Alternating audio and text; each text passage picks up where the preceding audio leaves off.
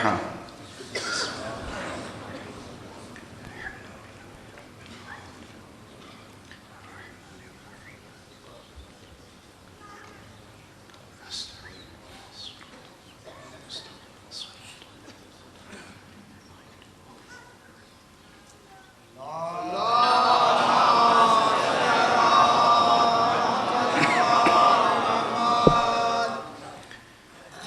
أعوذ بالله من الشيطان الرجيم.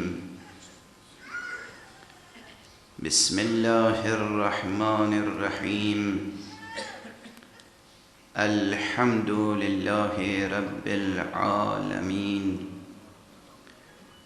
بارئ الخلائق أجمعين باعث الأنبياء والمرسلين الرحمن الرحيم مالك يوم الدين والصلاة والسلام على الصراط المستقيم أشرف الخلائق أجمعين سيدنا وسيد الأولين والآخرين حبيبنا وحبيب إله العالمين إمام المرسلين وخاتم النبيين أبي القاسم المصطفى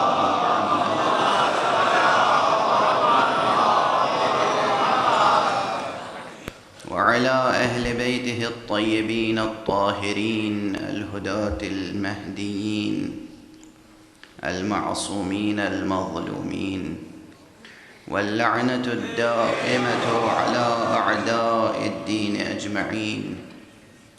أما بعد، فقد قال الله تعالى عز اسمه في محكم كتابه ومتقن خطابه: بسم الله الرحمن الرحيم. ما كان محمد أبا أحد من رجالكم ولكن رسول الله وخاتم النبيين وكان الله بكل شيء عليما. صلوات الله.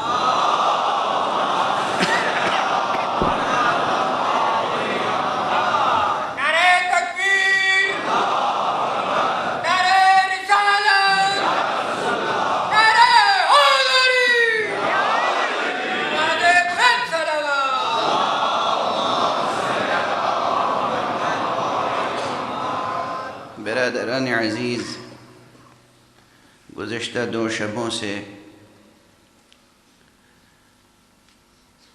شہر ملتان کی پرمودت فضا میں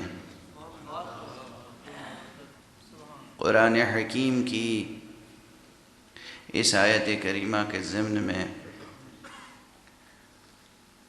بعض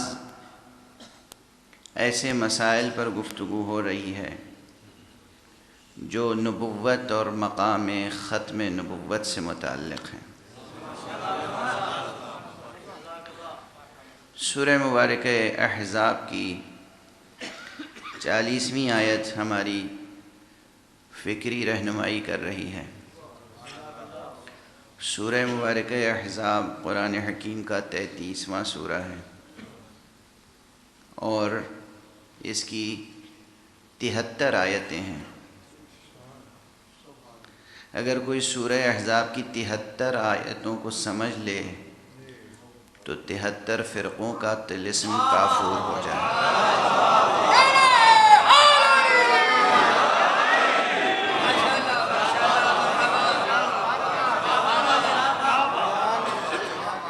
صراط مستقیم مل جائے۔ سورہ مبارکہ احزاب بجائے خود بے پناہ سورہ ہے،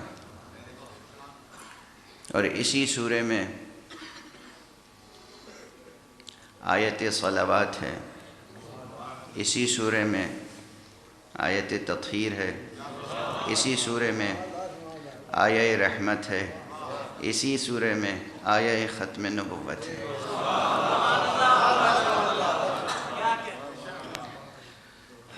قرآن حکیم کا ہر سورہ اپنی جگہ ایک خاص شان رکھتا ہے۔ سورہ مائدہ کی اپنی شان ہے، سورہ احزاب کی اپنی شان ہے۔ علماء بھی تشریف فرما ہے بزم میں، ان کی موجودگی میں جی تو چاہتا ہے کہ کچھ علمی بحثیں علمی اصطلاحوں میں چھیڑی جائیں، مگر اس گفتگو کا بار اپنے جوان و نوجوان ساتھیوں پہ نہیں ڈالنا چاہتا، اس لیے گفتگو اس انداز سے آگے بڑھے گی کہ کچھ علمی حوالے ضرور آئیں گے، لیکن بقول میر شعر میرے ہیں گو خواص پسند، شعر میرے ہیں گو خواص پسند، پر مجھے گفتگو عوام سے ہے۔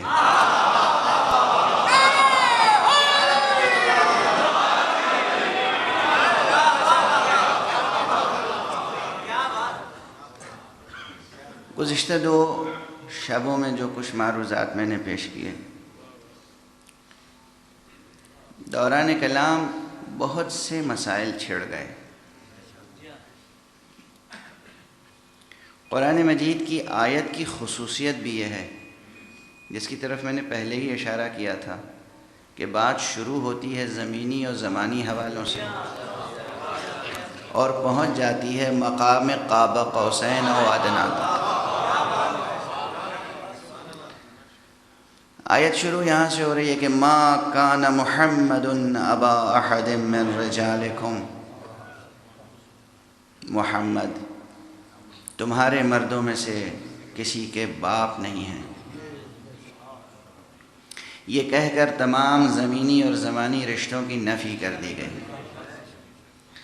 اور اس کے بعد ارشاد ہوا کہ ولیکن رسول اللہ، لیکن یہ محمد اللہ کے رسول ہیں، وخاتم النبیین، اور صرف رسول ہی نہیں ہیں بلکہ خاتم النبیین ہیں، ان پہ نبوت کا سلسلہ ختم ہے۔ آخر آیت میں جو مقطع آیت ہے وہ ہے وَكَانَ اللَّهُ بِكُلِّ شَيْءٍ عَلِيمًا، اور اللہ ہر چیز کا پورا علم رکھنے والا ہے۔ غور طلب مسئلہ یہ ہے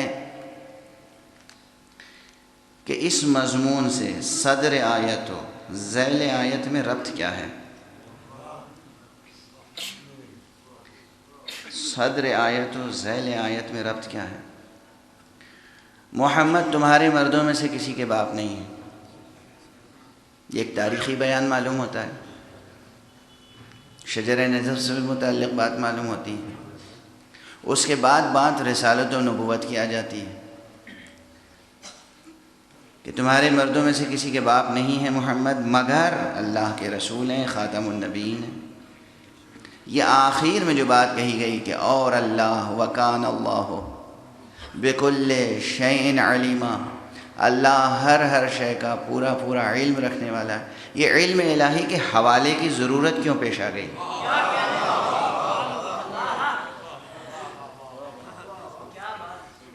اور کلام الہی ہے، اسی لیے میں روز اول سے کہہ رہا ہوں کہ اس کلام میں جملوں کی ترکیب اور ساخت سے لے کر مضمون و محتوا تک ہر چیز متوجہ کرتی ہے کہ یہ کلام معمولی کلام نہیں ہے۔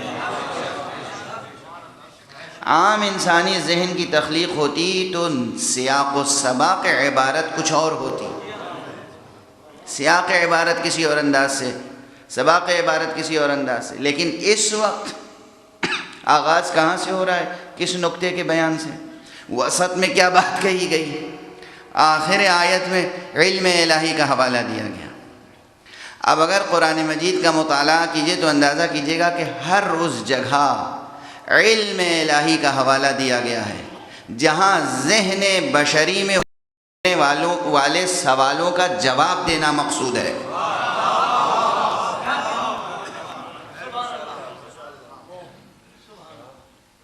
خصوصیت کے ساتھ ان مقامات پر جہاں مناصب الہیہ کا تذکرہ ہوا ہے، جہاں اللہ نے عہدے دیے ہیں اور اس کے بعد اپنے علم کا حوالہ دیا ہے۔ سب سے پہلا عہدہ جب بٹ رہا تھا، تقسیم ہو رہا تھا، اعلان ہو رہا تھا، پہلی ہی مجلس میں ذکر آ گیا تھا جعل و جاعل کا،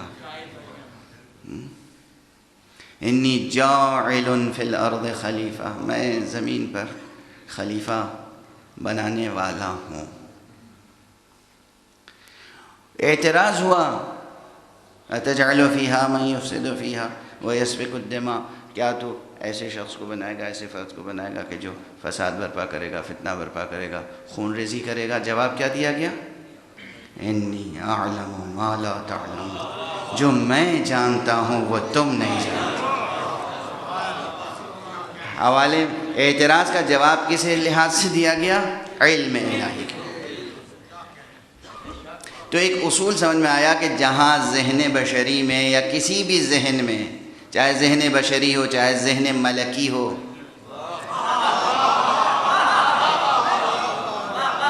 آخر وہ ملائکہ کا اعتراض تھا، وہ ملائکہ کا اعتراض تھا، چاہے ذہن ملکی ہو یا چاہے ذہن جنی ہو چاہے ذہن بشری ہو، کسی بھی ذہن میں جب اعتراض پیدا ہوگا کسی امر الہی پر تو جواب میں علم الہی کا حوالہ آئے گا۔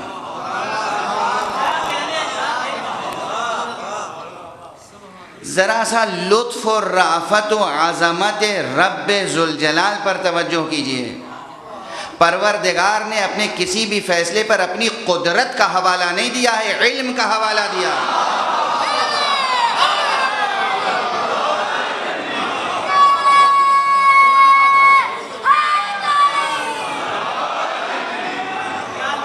توجہ رکھیے گا،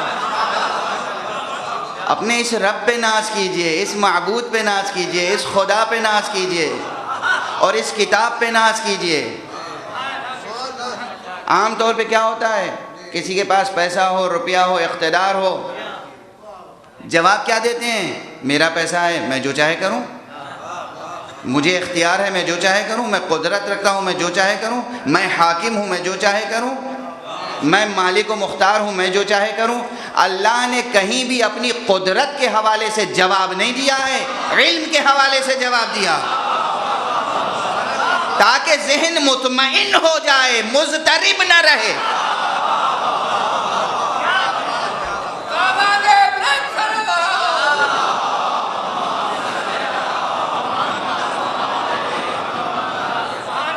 یعنی بتانا یہ کہ نظام عالمانہ ہے، نظام حکیمانہ ہے، نظام جابرانہ نہیں ہے۔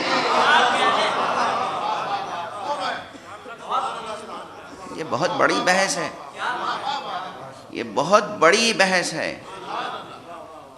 جگہ جگہ ذہنوں میں شبہے ابھرتے ہیں، کچھ ہمارا نفس ایسا ہے کہ اس میں شبہے پیدا ہوتے ہیں، ذہن ایسا ہے کہ اس میں سوالات پیدا ہوتے ہیں، اور کچھ حضرت شیطان وسوسے ڈالتے ہیں۔ مگر یہ یاد رکھیے کہ شیطان وسوسے سے زیادہ کچھ نہیں کر سکتا۔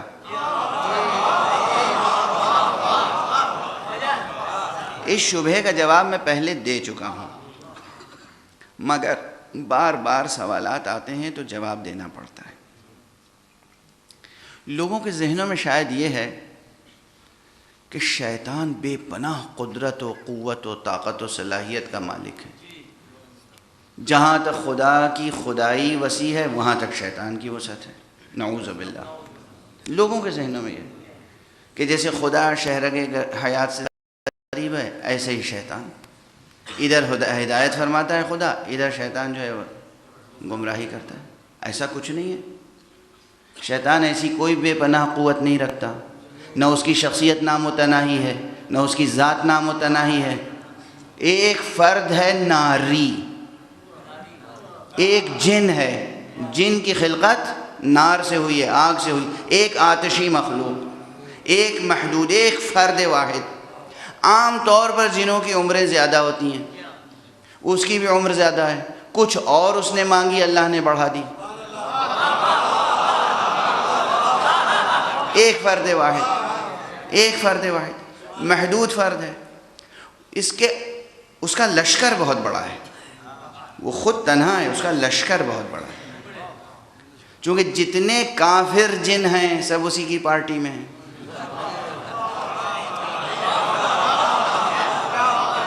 سب اسی کی پارٹی کا لفظ میں قرآن میں استعمال ہوا ہے بھائی. حزب اللہ اللہ کی پارٹی، حزب الشیاطین شیطان کی پارٹی. سب اسی کی پارٹی میں، سب اسی کے حزب میں ہیں. اس طرح اس کا لشکر بہت بڑا ہے. تو وہ اپنے لشکر کو متعین کرتا ہے، کچھ لوگوں کو اس ملک میں، کچھ لوگوں کو اس ملک میں، کچھ لوگوں کو اس امت پہ، کچھ لوگوں کو اس امت پہ، کچھ لوگوں کو اس خاندان پہ، کچھ لوگوں کو اس خاندان پہ. تو تقسیم کرتا ہے. لشکر ہے لیکن تنہا اس کے اندر اتنی صلاحیت بے پناہ نہیں ہے کہ جہاں تک خدا کی خدائی وہاں تک وہ اس کی شخصیت وسیع ہے. ہرگز نہیں، کوئی مقابلہ نہیں ہے. اگر نعوذ باللہ کسی کے ذہن میں ایسی کوئی تصویر شیطان کی ہے تو وہ موحد نہیں ہے. جلت عظمت و خدا کی خدائی، خدا کی عظمت، اللہ اکبر، خدا کی عظمت. خدا ذات متعال قدیم ہے، ازلی ہے، ابدی ہے، حی ہے، قیوم ہے، قادر ہے، خالق ہے. خدا کے مقابلے میں آپ شیطان کو سمجھیں. شیطان کچھ نہیں ہے. شیطان کچھ نہیں ہے. ساری خلقت خدا کی بنائی ہوئی ہے، شیطان کی بنائی ہوئی کوئی چیز ہے؟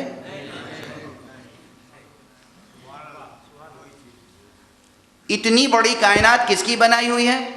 خدا کی، اللہ سبحانہ و تعالی کی. شیطان کی بنائی ہوئی کیا چیز ہے؟ کچھ نہیں. کائنات میں جتنی قوتیں ہیں کس کی تابع ہیں؟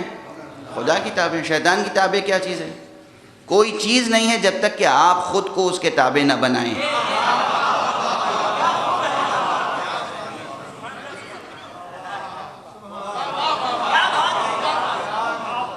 آپ اپنے آپ کو اس کے تابع فرمان بنا لیں تو بنا لیں، ورنہ آپ اس کے تابع فرمان ہیں نہیں. توجہ ہے. درمیان میں بات آ گئی، آج بہت سے سوالوں کا جواب دینا ہے، اس لیے بہت دیر تک تقریر کروں گا.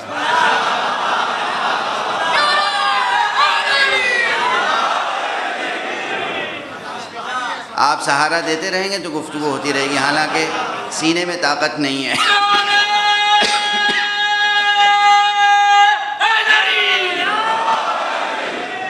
سن لیجئے جواب.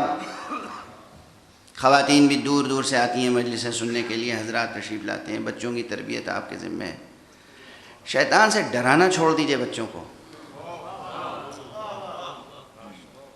اپنے بچوں کو کہیے کہ تمہارے اندر تسخیر کائنات کی قوت ہے.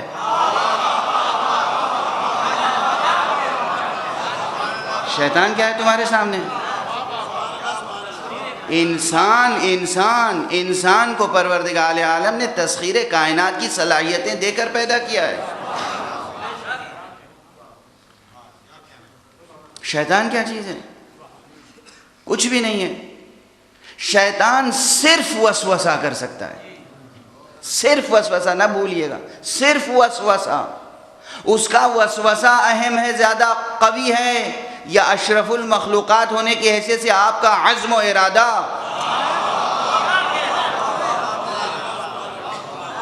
آپ انسان ہیں، اشرف المخلوقات ہیں. آپ کا عزم و ارادہ زیادہ مستحکم ہونا چاہیے یا شیطان کا وسوسہ؟ آپ اپنے کو کیوں کمزور سمجھتے ہیں؟ کسی جوان نے مجھ سے کہا، میں نے مثال دی ایک جگہ یہی کہ جناب والا شیطان کیا کرتا ہے؟ کہتے ہیں شیطان نے بہکا دیا. کیا کرتا ہے بہکا کر؟ کبھی ایسا ہوا کہ کوئی صاحب گھر سے نکلے ہوں صبح اندھیرے مسجد میں جانے کے لیے، اور جب گھر سے نکلے ہوں تو شیطان نے ہاتھ پکڑ لیا ہو کہ نہیں مسجد میں نہیں جانے دیں گے.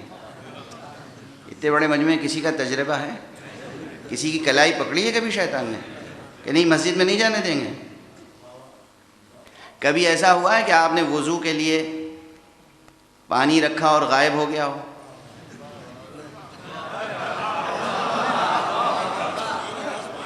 وضو کے لیے ہم پرانی مثالیں دے رہے ہیں. لوٹے میں پانی رکھا آپ نے، ویسے بھی مستحب ہے کہ آفتابے میں پانی لے کر وضو کیا جائے.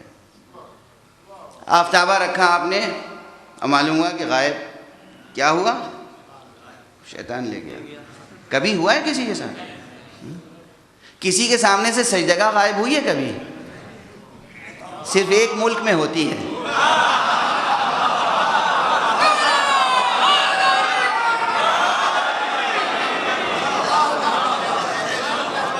وہاں بھی شیطان غائب نہیں کرتا،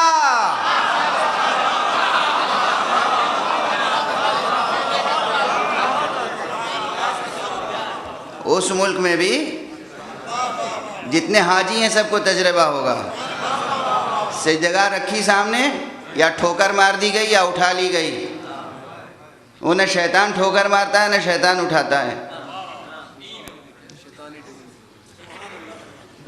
جو کام شیطان بھی نہیں کرتا۔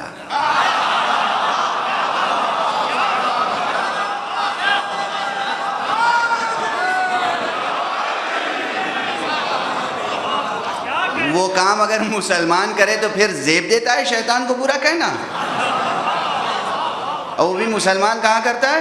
مسجد نبوی میں، ریاض الجنہ میں، مسجد الحرام میں۔ نہ جناب والا شیطان آپ کی کلائی پکڑتا ہے مسجد میں جانے سے روکنے کے لیے، نہ پانی غائب کرتا ہے، نہ سجدگاہ غائب کرتا ہے، کچھ نہیں کر سکتا شیطان۔ شیطان کو تکوینی قوت حاصل نہیں ہے، نہ تکوینی قوت حاصل ہے نہ تشریعی قوت حاصل ہے۔ شیطان صرف وسوسہ کر سکتا ہے، صرف وسوسہ۔ وسوسہ خیال کی بھی ضعیف سطح ہے، قوت خیال کا نام وسوسہ نہیں ہے، ایک ضعیف سے خیال کا نام وسوسہ ہے۔ ایک ضعیف سی خیال کی رو پیدا کر دینا شیطان کے اگر اختیار میں ہے تو آپ بحیثیت اشرف المخلوقات جو عزم رکھتے ہیں، ارادہ رکھتے ہیں، ہمت رکھتے ہیں، حوصلہ رکھتے ہیں، قوت عمل رکھتے ہیں، وہ کس دن کام آئے گی؟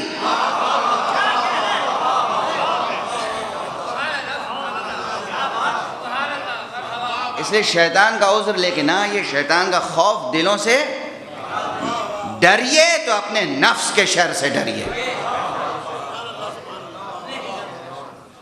اپنے نفس کے شر سے ڈریے، شیطان سے نہ ڈریے۔ شیطان ایک لا حول ولا قوت الا باللہ سے دور ہو جاتا ہے، خدا کی تدبیر و قوت کے آگے کوئی نہیں ٹھہرتا۔ بہرحال یہ تو درمیان میں آ گئی تھی بات، چونکہ کئی روز سے سوال ہو رہا تھا اور اس لیے میں بار بار کہا جا رہا ہے کہ لوگوں کے ذہنوں میں یہ ہے کہ شیطان بے پناہ طاقت رکھتا ہے، جہاں جہاں خدا کی حکومت و خلقت وہاں وہاں شیطان۔ ہرگز نہیں، ایک فرد ہے، ایک فرد محدود، معدود، کمزور، ضعیف۔ آگ کی حقیقت کیا ہے؟ آگ پہ ایک مٹھی خاک ڈال دیجئے آگ بجھ جاتی ہے۔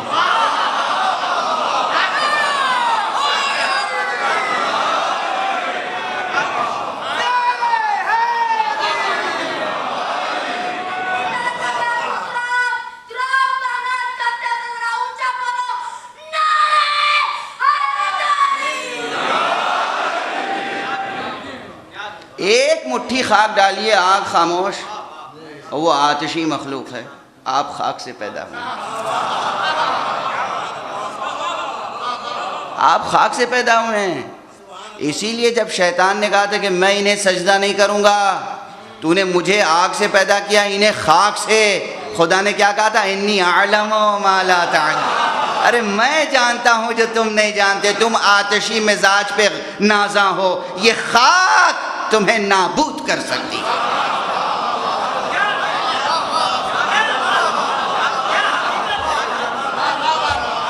یہ مشت خاک معمولی نہیں ہے۔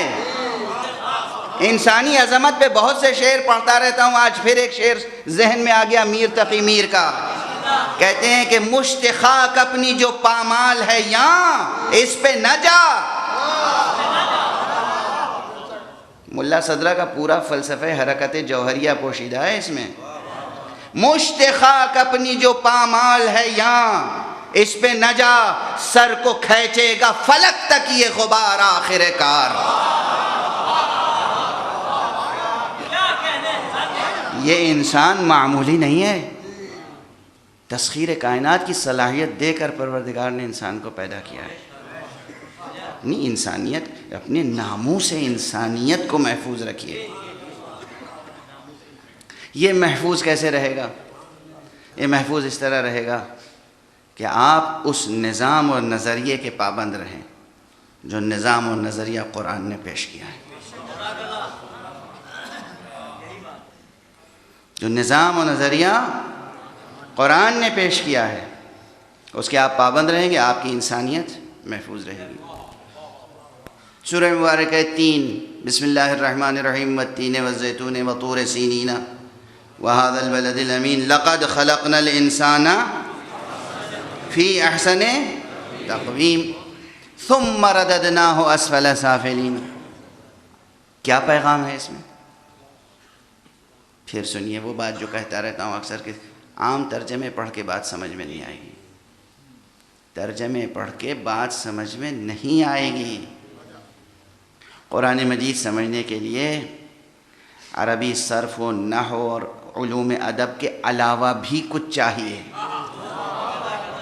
ایک قلبی وابستگی چاہیے، ایک نسبت چاہیے، ایک توسل چاہیے، ایک وسیلہ چاہیے قرآن سمجھنے کے لیے۔ مگر وہ کون ہیں وسائل؟ محمد اور آل محمد علیہ السلام۔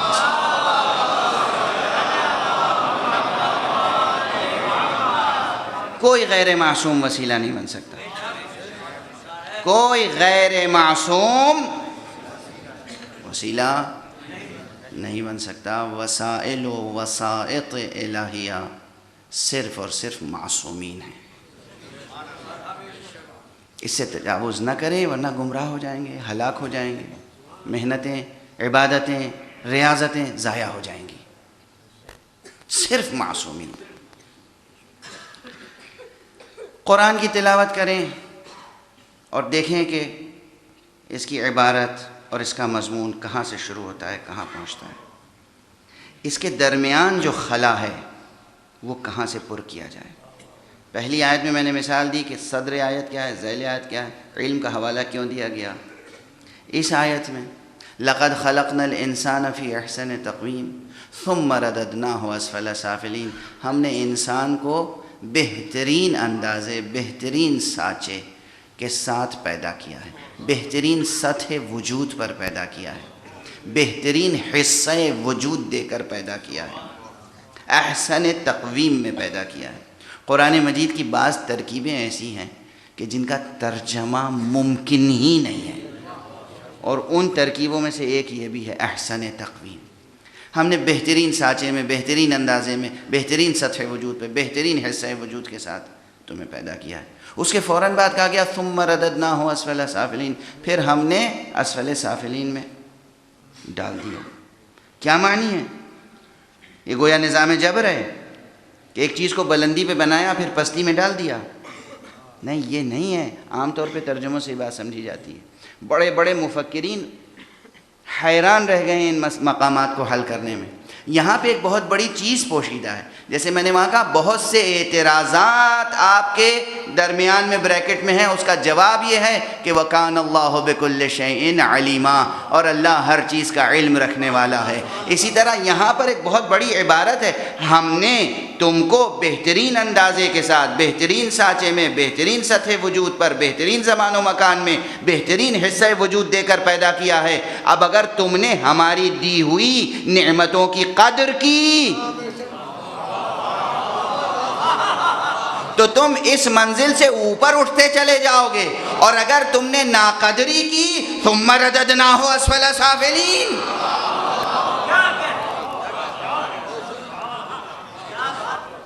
تو پھر تم پستی میں چلے جاؤ گے۔ اسی لیے بعد میں الا الذین آمنوا وعملوا الصالحات فلہم اجر غیر ممنون، یہاں پر ایک قانون مکافات عمل کا اعلان ہے کہ جیسا کرو گے ویسا نتیجہ ہوگا۔ اللہ کی دی ہوئی عصمت و عفت اور بزرگی اور بزرگواری اور شرف انسانی اور کرامت انسانی کو محفوظ رکھو گے، بلندیوں تک جاؤ گے۔ محفوظ نہیں رکھو گے، پستیوں میں ڈھکیل دیے جاؤ گے۔ یہ تمہارا عمل ہے جو تمہیں بلند و پست کرے گا، پروردگار عالم نے عام قانون کا اعلان کیا کہ انسان کی کوشش ضائع نہیں ہوتی. وَلَيْسَ لِلْإِنسَانِ إِلَّا مَا سَعَى، اور کچھ بھی انسان کے حصے میں نہیں ہے سوائے اس کے جو اس کی کوشش ہے.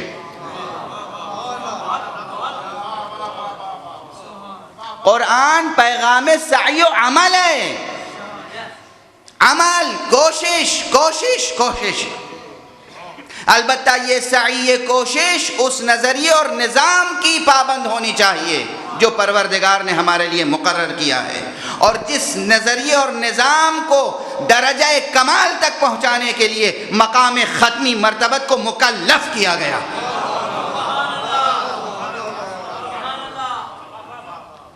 مکلف کیا گیا کسے؟ مقام ختمی مرتبت کو، مقام ختم نبوت کو مکلف کیا گیا. یہاں پر ٹھہریے. ختم نبوت جناب سرکار رسالت میں آپ پہ کیوں ہو گئی؟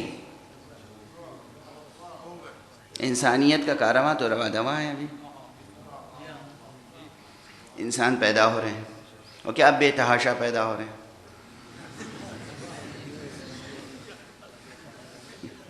کیسی آبادی بڑھ رہی ہے، کیسی آبادی بے تحاشا بڑھ رہی ہے. کاروان انسانی آگے بڑھ رہا ہے تو نبوت کا سلسلہ رک کیوں گیا؟ حکمت کیا ہے اس میں؟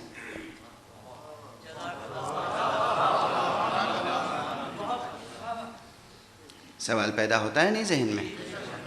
جو لوگ تحفظ ختم نبوت پہ بحثیں کرتے ہیں، ختم نبوت پہ بحثیں کرتے ہیں، سادہ سا سوال ہے کہ جب انسانیت کا سلسلہ جاری ہے تو نبوت کے قدم رک کیوں گئے؟ اگر اس کا جواب وہ دے دیں تو ہم دوسرے سوال کا جواب دے دیں گے کہ جب انسانیت کا سلسلہ جاری ہے تو امامت کا قدم کیوں رک گیا؟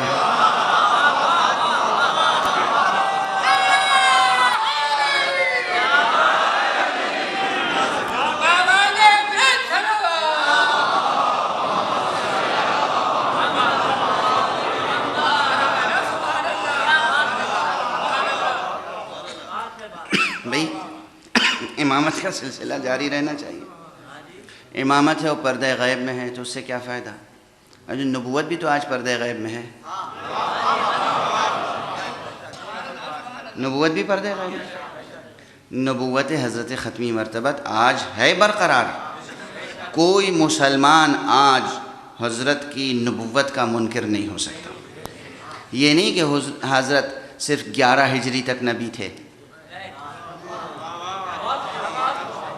سن 11 ہجری تک نبی تھے. نہیں، آج ہمارا نبی کون ہے؟ حضرت محمد مصطفیٰ صلی اللہ علیہ وسلم. ہمارے بعد آنے والی نسل کا نبی کون ہوگا؟ حضرت محمد مصطفیٰ صلی اللہ علیہ وسلم. قرب قیامت جو نسلیں ہوں گی ان کا نبی کون ہوگا؟ حضرت محمد مصطفیٰ صلی اللہ علیہ وسلم. ہمارے نبی حضرت عیسیٰ نہیں ہیں، وہ نبی ہیں، ان کی نبوت کا یقین ہے ہمیں، مگر ہمارے نبی وہ نہیں ہیں. حضرت موسیٰ نبی تھے، ان کی نبوت کا ہم انکار نہیں کر سکتے، مگر ہمارے نبی وہ نہیں ہیں. حضرت ابراہیم نبی تھے، رسول تھے، امام تھے، مگر ہمارے لیے وہ نبی اور رسول اور امام نہیں ہیں. تمام انبیاء کے نبی ہونے کا یقین رکھنا ہم پر فرض ہے، مگر وہ سب ہمارے نبی نہیں ہیں، اپنے اپنے وقتوں کے نبی تھے. مگر حضرت ختمی مرتبت اپنے وقت کے نبی نہیں تھے. آج بھی وہی نبی ہیں، کل بھی وہی نبی رہیں گے. اور اتنی سی بات اگر سمجھ میں آ گئی کہ نبی خاتم جب سے ظہور فرمایا ہے آج تک اور قیامت تک نبی ہیں اور رہیں گے، تو یہ بھی آدھا یقین ہے. پیچھے کی تاریخ میں بھی چلے جائیے، جب سے عالم و آدم کا سلسلہ ہے یہی نبی تھے، جب تک عالم و آدم کا سلسلہ ہے یہی نبی رہیں گے.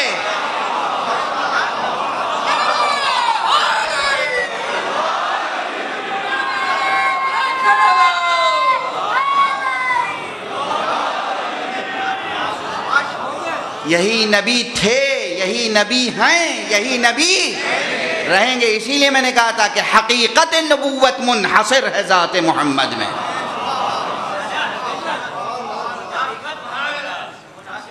اچھا نبی تھے، نبی تھے قبل آدم بھی یہی نبی تھے. جب یہ ثابت ہے کہ قبل آدم یہی نبی تھے تو پھر آدم کو نبوت کیوں ملی؟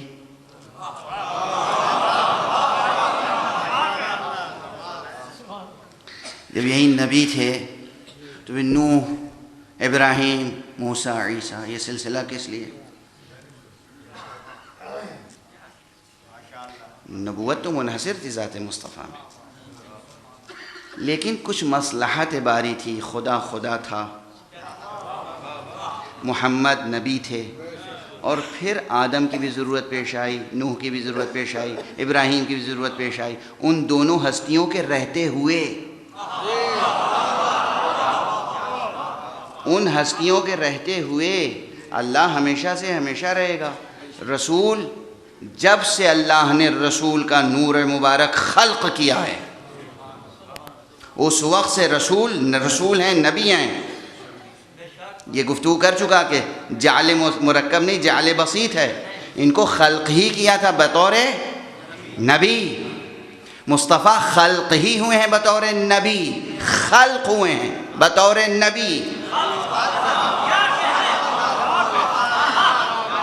مصطفیٰ صلی اللہ علیہ وآلہ وسلم خلق ہوئے ہیں بطور نبی، اور علی کا نور اور نبی کا نور متحد تھا.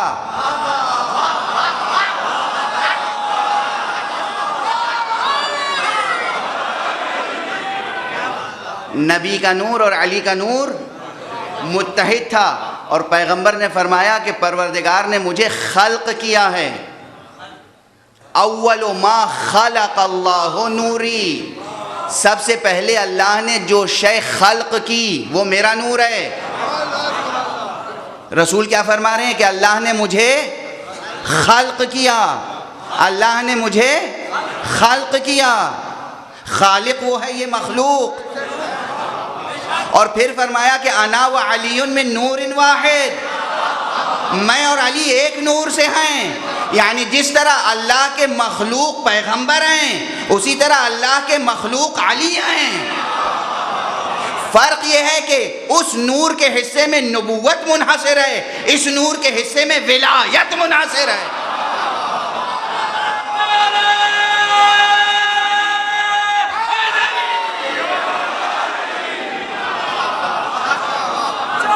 وہ خدا ہے، یہ نبی ہیں. جب سے یہ نبی ہیں تب سے علی ولی ہیں.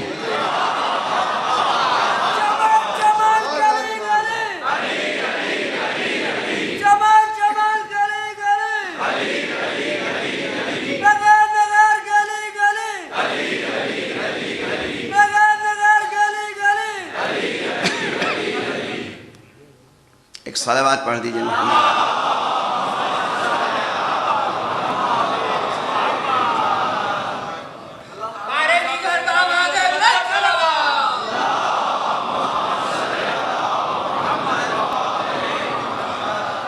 تو یہ باتیں آپ کی سمجھ میں آ رہی ہیں، اس لیے سمجھ میں آ رہی ہیں کہ میں کوئی خاص بات تھوڑی کہہ رہا ہوں. یہ سب آپ کی فطرت پہ کندہ ہے. جو فطرت سلیمہ آپ لے کے پیدا ہوئے ہیں، جو فطرت انسانیہ آپ لے کے پیدا ہوئے ہیں، جو فطرت توحید آپ لے کے پیدا ہوئے ہیں، جس کے لیے خداوند قدوس نے فرمایا فطرت اللہ التی فطر الناس علیہا، یہ اس فطرت میں ہے کہ خدا خدا ہے، خالق خالق ہے، باقی سب چیز مخلوق ہے. نور مبارک محمد مصطفیٰ مخلوق ہے، نور مبارک علی مرتضیٰ مخلوق ہے. البتہ ان میں نبوت منحصر ہے، ان میں ولایت منحصر ہے.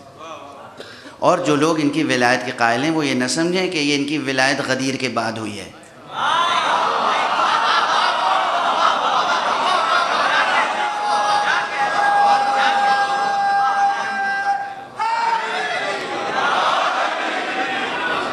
ان کی ولایت غدیر کے بعد نہیں ہے، جیسے رسول اللہ کی نبوت بعثت کے بعد نہیں ہے. یہ پیدا ہی نبی ہوئے تھے، یہ خلق ہی نبی ہوئے تھے، پیدا ہی نبی ہوئے. یہ خلقی ولی ہوئے تھے، پیدا ہی ولی ہوئے. اور آیہ مبارکہ ولایت پڑھ لیجئے سورہ مائدہ میں، انما ولیکم اللہ ورسولہ والذین آمنوا الذین یقیمون الصلاۃ. بس تمہارا ولی اللہ ہے اور اللہ کا رسول اور وہ مومنین جو ایمان لانے والے ہیں، جو زکوٰۃ دینے والے، نماز قائم کرنے والے ہیں، زکوٰۃ دینے والے ہیں، حالت رکوع میں. 3 افراد کی ولایت کا اعلان ہوا. اس 3 افراد کی ولایت کا اعلان میں قبل و بعد بھی ہے. قبل و بعد ہے. میں تو آیت پڑھ رہا ہوں، انما ولیکم اللہ، بس تمہارا ولی اللہ ہے. اس کے بعد رسول کی ولایت کب شروع ہوگی؟ جب ولایت خدا ختم ہوگی تب.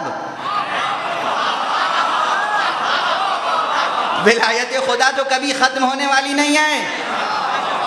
ولایت خدا کبھی ختم ہونے والی نہیں ہے. خدا ولی ہے، خدا کے رہتے ہوئے مصطفیٰ بھی ولی ہے، مصطفیٰ کے رہتے ہوئے علی بھی ولی ہے.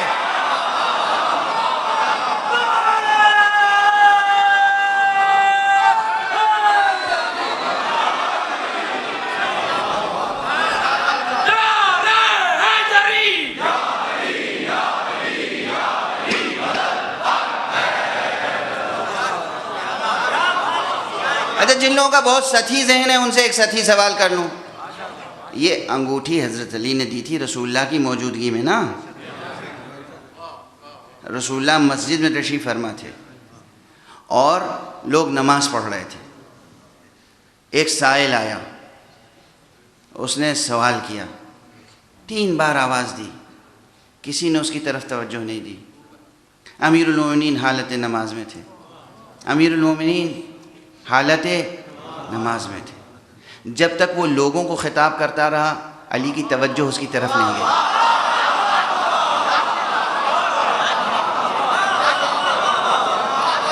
ورنہ علی بخیل نہیں ہے، علی کے سامنے ایک بار سے زیادہ مانگنے کی ضرورت نہیں ہے. علی سخی ہے، جواد ہے، فیاض ہے. فیاض علی الاطلاق کا ولی ہے، اس ذات غنی کا یہ بنایا ہوا ولی ہے. دست خدا ہے، علی دست خدا ہے.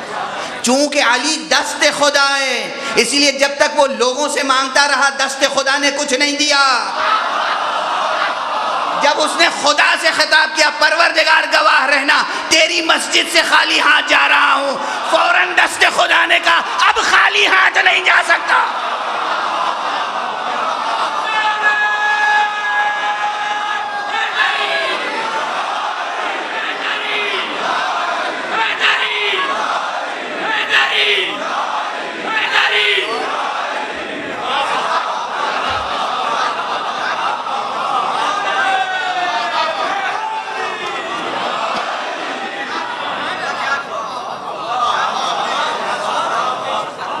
جب خدا کو پکارا تو دست خدا نے دیا. اب یہ اپنی اپنی بات ہے. کچھ لوگ خدا کو پکار کے علی کے ہاتھ سے لیتے ہیں، کچھ لوگ علی کو پکار کے خدا سے لے لیتے ہیں. یہ تو اپنے اپنے ذات. اس میں بحث نہ کرو، اس میں بحث کی گنجائش نہیں. وہ خالق ہے، یہ مخلوق ہے. وہ معبود ہے، یہ عبد ہیں. وہ رب ہے، یہ مربوب ہیں. مگر اس میں ان میں اور اس میں رشتہ عجیب ہے. اس سے مانگتے ہیں تو یہ دے دیتے ہیں، ان سے مانگتے ہیں تو وہ دے دیتا ہے. دینے والے کو تکلیف نہیں ہے، دوسرے کو کیوں تکلیف ہوتی ہے؟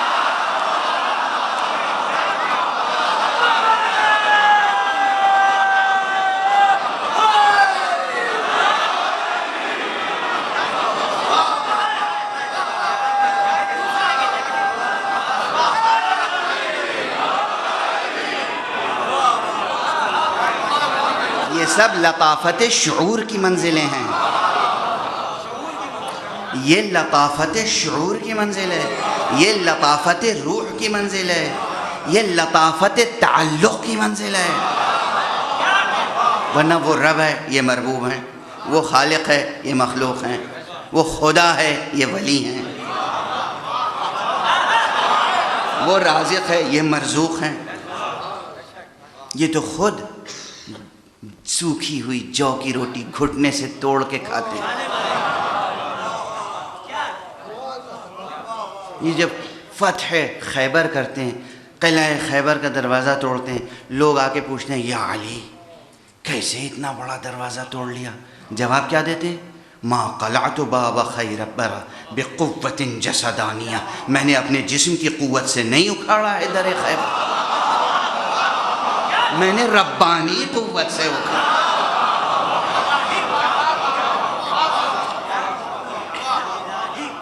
سمجھی کیا؟ میں نے ربانی قوت سے، الہی قوت سے. تو یہ واقعہ پیش آیا مسجد میں کہ اس نے 3 مرتبہ آواز دی، کسی نے اس کی آواز پہ آواز نہیں دی. علی بن ابی طالب نماز میں مشغول تھے. جب اس نے خدا کو پکارا تو علی کی روح گویا اس وقت عرش ہی پہ تھی. جب علی نماز پڑھتے تھے تو یہاں نہیں ہوتے تھے، علی کی روح کہیں اور ہوتی تھی. جب عرش سے آواز ٹکرائی تو دست علی آگے بڑھا. جبرائیل نازل ہوئے. جبرائیل نے رسول سے کہا انما ولیکم اللہ ورسولہ والذین آمنوا الذین یقیمون الصلاۃ ویؤتون الزکاۃ وہم راکعون. رسول نے فوراً مجمع کی طرف دیکھا. رسول بے خبر نہیں ہیں، رسول عالم ہیں، مگر رسول گواہ بنانا چاہتے ہیں. رسول گواہ بنانا چاہتے ہیں. رسول نے پوچھا کیا تم میں سے کسی نے زکوٰۃ دی ہے، صدقہ دیا ہے؟ سب نے کہا یا رسول اللہ ایک سائل تھا، علی نے حالت رکوع میں زکوٰۃ دی ہے. کہا جبرائیل یہ آیت لے کر آئے ہیں، اس آیت میں یہ بتائیے کیا یہ ہے کہ علی کو ولایت ملے گی رسول تمہاری وفات کے بعد؟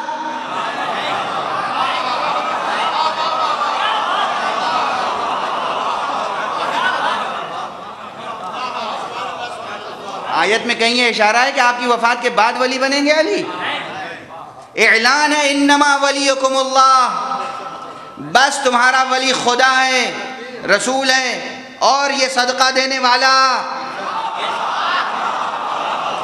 حصر ہے ولایت میں، توجہ رہے، حصر ہے ولایت میں. یعنی کہہ دیا ان 3 دروازوں کے علاوہ کہیں اور نہ جانا، ورنہ شرک ہو جائے گا، کفر ہو جائے گا. یا خدا سے طلب کرو، یا محمد سے طلب کرو، یا ان ہستیوں سے طلب کرو جنہیں ہم نے ولایت عطا کی ہے.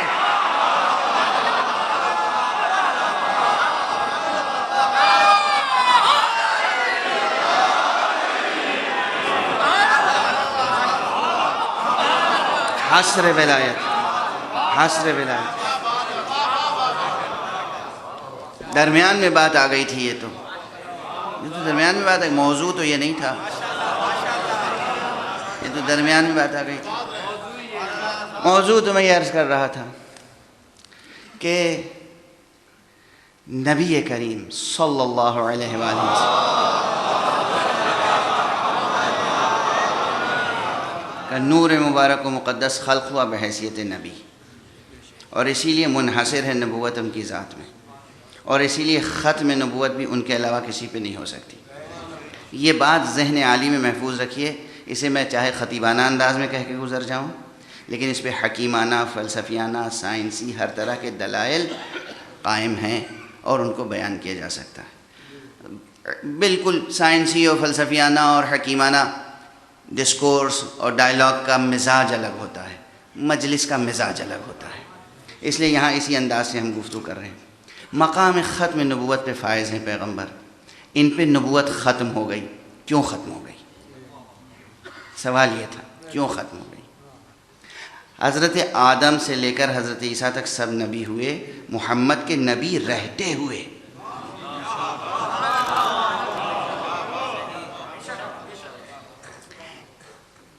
اور ان کی نبوت کی بنا پر رسول اللہ کی ختم نبوت میں شرک فی النبوت نہیں واقع ہوا.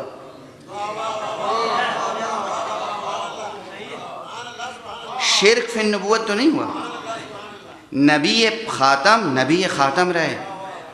کنت نبیا و آدم بین الماء والطین، میں اس وقت بھی نبی تھا جب آدم آب و گل کے درمیان تھے.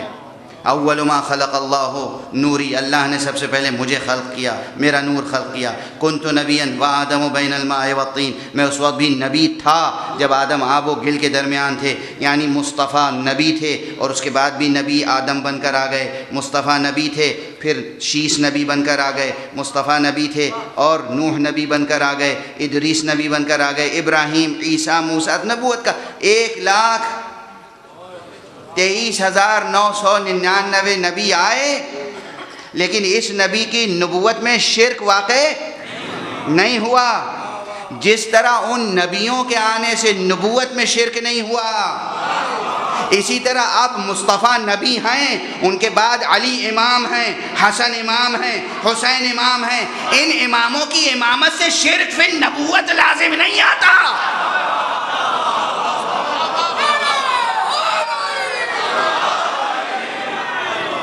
امامت شرک فی النبوت نہیں ہے. بعض حضرات مسئلہ امامت کو اس طرح پیش کرتے ہیں جیسے نبوت میں شرک ہو گیا. نبوت محفوظ ہے. خاتم النبیین محمد مصطفیٰ صلی اللہ علیہ وآلہ وسلم ہیں. ان کے بعد کوئی نبی نہیں آ سکتا. ممکن نہیں ہے کہ کوئی نبی ہو جائے. جس طرح میں نے پہلی مجلس میں عرض کیا تھا، پوری کائنات مل کر کسی کو شریک باری بنانا چاہے تو کسی میں شریک باری بننے کی صلاحیت نہیں ہے. اسی طرح پوری کائنات مل کر کسی کو نبی بنانا چاہے وہ نبی نہیں بن سکتا. نبوت ختم ہے محمد عربی پر، مگر اس کے بعد سلسلہ ولایت و امامت کا ہے. اور یہاں ٹھہر کر 2 سوالوں کا جواب جو آج دن میں کیے گئے تھے. اصول دین 3 ہیں.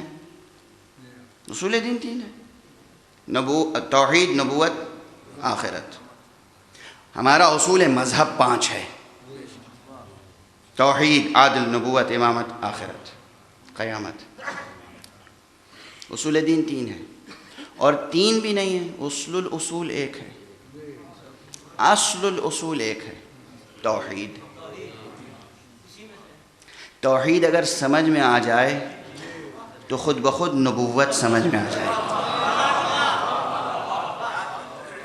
نبوت اور توحید اگر سمجھ میں آ جائے تو آخرت سمجھ میں آ جائے گی. ان 2 اصولوں کے درمیان، 3 اصولوں کے درمیان 2 اصول پوشیدہ ہیں: ایک عدل، ایک امامت. کیوں؟ پہلی مجلس میں نے عرض کیا تھا اور پہلے عشرے میں مسلسل عرض کرتا رہا ہوں، توحید کی تعلیم ہی اللہ نے کس لیے دی؟ قیام عدل کے لیے. اللہ سبحانہ و تعالی بے نیاز ہے. وہ ہماری آپ کی بندگی کا محتاج نہیں ہے، ہمارے کلمے کا محتاج نہیں ہے. اس نے اس لیے اپنی ذات گرامی کا تعارف کرایا. اس لیے رافت ہے، یہ رحمت ہے، یہ لطف ہے، یہ کرم ہے اس کا. ایک لطف تو یہ ہے کہ اس نے وجود عطا کیا، پھر دوسرا لطف یہ ہے کہ اس نے اپنی ذات کی معرفت عطا کی، اجمالی صحیح، اور کہا دیکھو میں ہوں تمہارا رب، میں ہوں تمہارا خالق، میں یکتا و یگانہ ہوں، کوئی میرا شریک نہیں ہے. یہ اس لیے اسباب لطف تعارف کرایا تاکہ انسان اپنے خالق کو پہچانے اور عادلانہ روش اختیار کرے، معیاری زندگی گزارے. معیاری زندگی گزارے. یہ معیاری زندگی گزر نہیں سکتی جب تک کہ عدل نہ ہو. لیکن انسانوں میں کچھ ایسے افراد پیدا ہو گئے جو خود خدا کی عدالت کا انکار کرنے لگے. جب کسی چیز کا انکار کیا جاتا ہے تو پھر اس کا اصرار بڑھ جاتا ہے. چونکہ لوگوں نے نعوذ باللہ خدا ہی کے عادل ہونے کا انکار کر دیا، اس لیے اس کی تمام صفتوں میں سے اس ایک صفت پر علیحدہ سے گفتگو کرنی پڑی. ورنہ توحید پر گفتگو کوئی کرے تو اس میں علم خدا کی گفتگو بھی شامل ہے، قدرت خدا کی گفتگو بھی شامل ہے، رحمت و رافت خدا کی گفتگو بھی شامل ہے، عدل خدا کی گفتگو بھی شامل ہے۔ صفات الہی کی تمام گفتگو بحث توحید میں ہے، مگر اگر کوئی علم خدا کا انکار کر بیٹھے، ہاں خدا ہے تو، جیسے بعض مغربی مفکرین نے کیا ہے، مغربی فلاسفرز نے، کہ ایک اندھی طاقت ہے جو خالق ہے، اس کے پاس علم و شعور نہیں ہے، تو جب ان کے مقابلے میں گفتگو ہوگی تو توحید کے بعد علم پر گفتگو ہوگی۔ اسی طرح ایک گروہ پیدا ہو گیا جو خدا کا قائل تو تھا لیکن خدا کی عدالت کا قائل نہیں تھا، اس لیے عدل پہ گفتگو لازم ہوئی۔ یہ سوال دن میں کیا گیا تھا، میں نے کہا تھا میں ممبر سے جواب دوں گا کہ توحید کے بعد عدل کی گفتگو کیوں ضروری ہے؟ اس لیے ضروری ہے تاکہ صفات الہیہ میں سے عدل کی صفت کا انکار نہ کیا جائے۔ توحید سکھائی عدل پر قائم رہنے کے لیے۔ عدل پر انسان مکمل طور پہ قائم نہیں رہ سکتا تھا جب تک کہ اسے پوری ہدایت نصیب نہ ہو۔ ہدایت دینے کے لیے نبی کا سلسلہ شروع ہوا، نبوت نے ہدایت دے دی، اب ضرورت تھی کہ جو پیغام ادھر سے آیا ہے اس پر کوئی عمل کرانے والا بھی ہو۔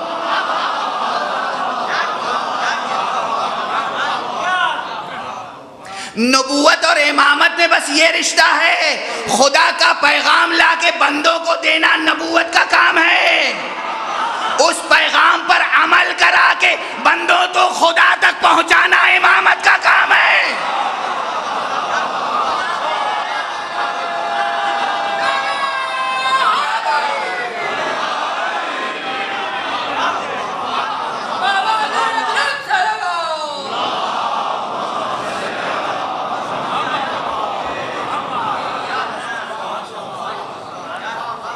نبی نے آ کے پیغام سنا دیا کہ اللہ ایک ہے، نبی نے آ کے بتا دیا اللہ کی بندگی کرو، نبی نے آ کے بتا دیا کہ میں نبی ہوں میری پیروی کرو، نبی نے آ کے بتا دیا کہ آخرت میں تمہیں خدا کے روبرو جواب دینا ہوگا۔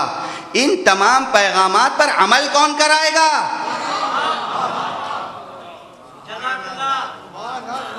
کون عمل کرائے گا؟ یہی انسان جن کے اوپر بھروسہ ہی نہیں کہ پیغام بھی سمجھے کہ نہیں سمجھے۔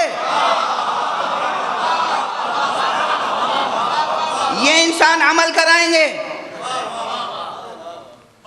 یہ انسان عمل کرائیں گے کہ جن کے بارے میں قرآن مجید میں ہے کہ مسجد میں بیٹھے رہتے تھے، رسول خطبہ ارشاد فرماتے تھے، رسول آیتیں سناتے تھے، رسول آیتوں کی تفسیر بیان کرتے تھے، یہ دروازے سے نکل کے کہتے تھے یہ کیا کہہ رہے تھے؟ ماذا قال آنفان، یہ ابھی کہہ کیا رہے تھے؟ کیسا حافظہ تھا صحابہ کا، کیسی سمجھ تھی۔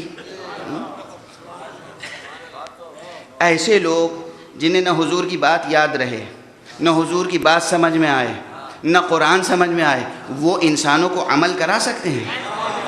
نہیں کرا سکتے نا۔ عمل کون کرائے گا؟ جس کو خود نبی نے اپنے ہاتھ سے جس کا خمیر گوندا،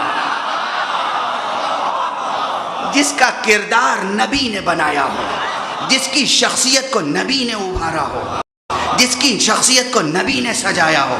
اسی لیے بعثت اس وقت تک نہیں ہوئی، یہ نبی خلق ہی ہوئے تھے، یہ نبی پیدا ہی ہوئے تھے، مگر انتظار کرتے رہے میں پیغام سناؤں گا تو عمل کون کرائے گا؟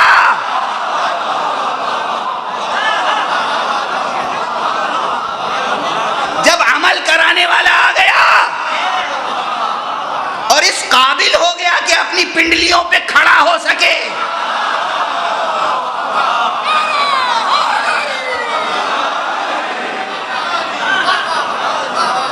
تو پہلا حکم کیا دیا تھا پیغمبر نے پہلی مجلس میں؟ پرسوں رات کی مجلس میں نے کیا کہا تھا یاد ہے؟ مقام ختم نبوت پر فائز حضرت ختمی مرتبت نے بحیثیت نبی، بحیثیت رسول، بحیثیت حجت خدا سب سے پہلا حکم کیا دیا؟ علی کی پیروی کرو۔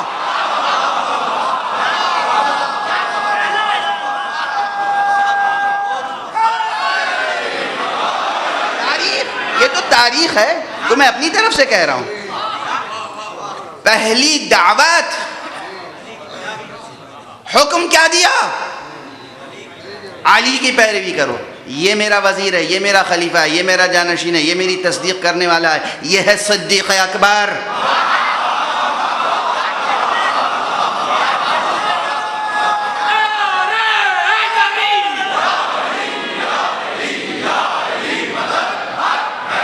جو یہ کہے وہ کرو. اور مشرکوں نے ابو طالب کو تانا دیا کہ تمہارا بھتیجا تمہیں تمہارے بیٹے کی اطاعت کا حکم دے رہا ہے. یہ درایت ہے، یعنی کوئی انکار نہیں کر سکتا کہ قول پیغمبر کا مفہوم یہی تھا. جب روز اول، روز دعوت ذو العشیرہ، پیغمبر کہیں علی کی پیروی کرو، تم میدان غدیر میں جب کہیں گے من کنت مولا فہذا علی مولا، تو کیا پیروی کے علاوہ کچھ اور معنی نکالے جائیں گے؟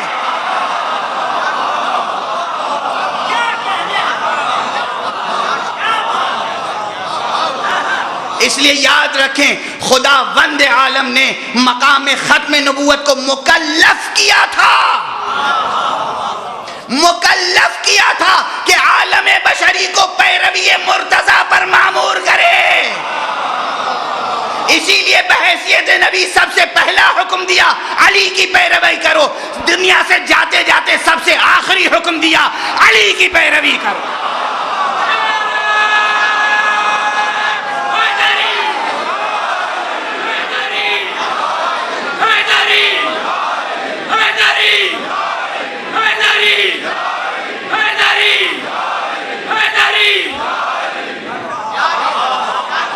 یعنی تفصیل پیغام ختم نبوت میں لکھنا شروع کریں تو کروڑوں صفحے لکھتے چلے جائیں. خلاصہ لکھنا چاہیں تو بس ایک جملہ ہے، علی کی پیروی کرو.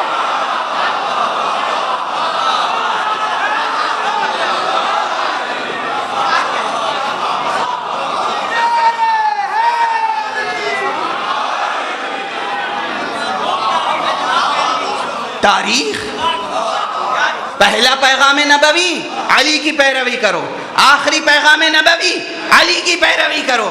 تفصیل سارا اسلام، خلاصہ علی کی پیروی.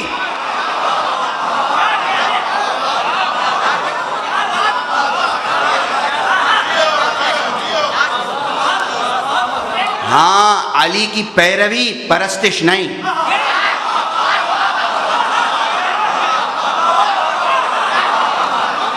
پیروی، پرستش نہیں.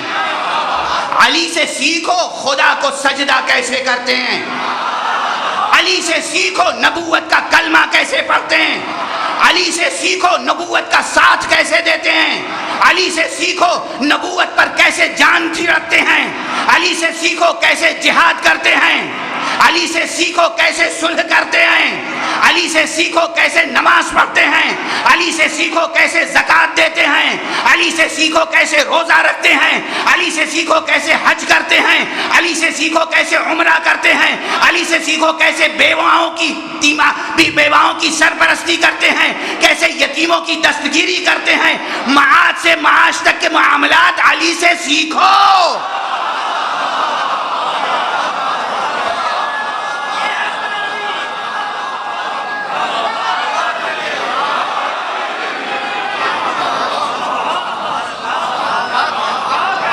اسی لیے میں نے عرض کیا تھا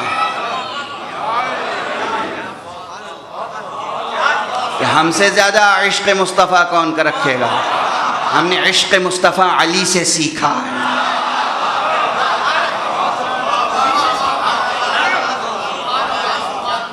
ہم نے عشق مصطفیٰ علی سے سیکھا. علی جو کہا کرتے تھے انا عبد من عبید محمد، میں تو محمد کے غلاموں میں سے غلام. یہ ہے علی کی بو ترابی.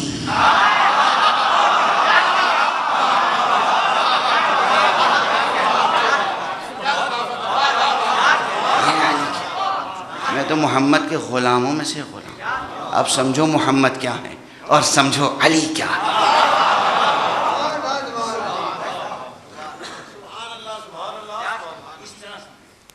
دنیا میں کسی کو تھوڑی دیر کے لیے رسول نے اپنے پاس بٹھا لیا، کسی کو تھوڑی دیر کے لیے ساتھ لے لیا، کسی کو تھوڑی دیر کے لیے گفتگو کر لی، تو جانے کیا کیا بننے کی کوشش کی۔ یہ علی ہے جس نے رسول کی آغوش میں زندگی پائی، جس نے رسول کی زبان چوس چوس کے بڑا ہوا، جس کو رسول نے اپنے شانے پر بلند کیا، جس کے قدم مہر نبوت پر قرار پائے، یہ علی ہے۔ اور کہہ رہا ہے انا عبد من عبید محمد۔ اس علی سے حسد نہ کرو۔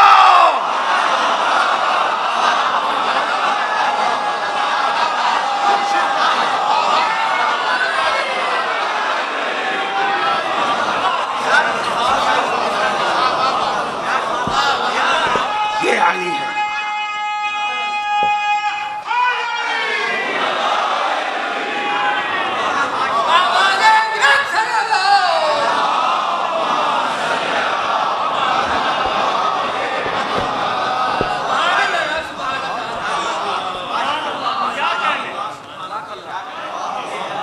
اب سمجھے مقام ختم نبوت کیا ہے؟ مقام ختم نبوت، مقام ختم نبوت مکلف ہے علی کا تعارف کرانے پر۔ مقام ختم نبوت وہ ہے کہ جہاں پر ایسے رہنما پیش کیے جا رہے ہیں کہ ضمانت ہے کہ ان کی رہبری میں رہے گا انسان تو مشرک نہیں بنے گا۔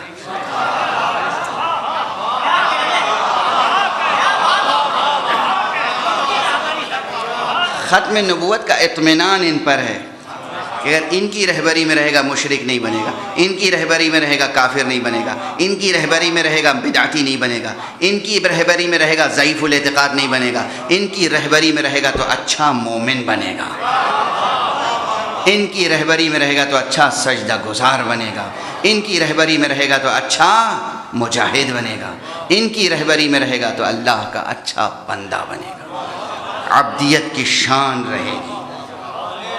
ان کی رہبری میں رہے گا تو اس کی خاک کندن بن جائے گی، ان کی رہبری میں رہے گا تو یہ ایک مشت خاک نار کو گل کر دے گا، شیطان کی آتشی مزاج کو بھی خاکستر کر دے گی اور جہنم کو بھی گل کر دے گی۔ بے شک محبت علی جس دل میں ہو اس دل تک آتش جہنم کی حرارت پہنچ نہیں سکتی۔ بے شک مگر محبت ہو، محبت محبت محبت۔ اب یہ پھر سال بھر اگر انشاءاللہ خیر و عافیت سے گزر گیا اور پھر توفیق ہوئی کہ میں یہاں تو عرض کروں گا کہ محبت کی شناخت کیا ہوتی ہے۔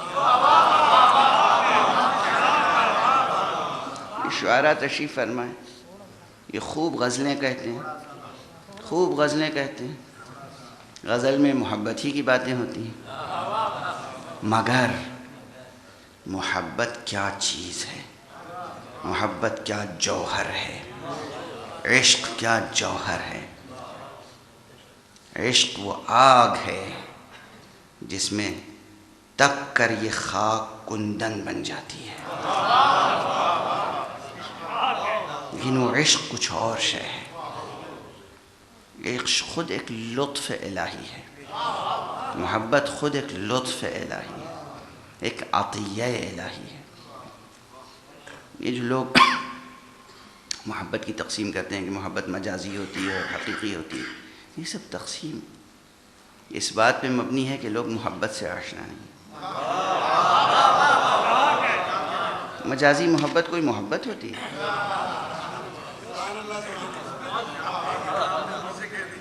مادی کشش کو محبت نہیں کہتے۔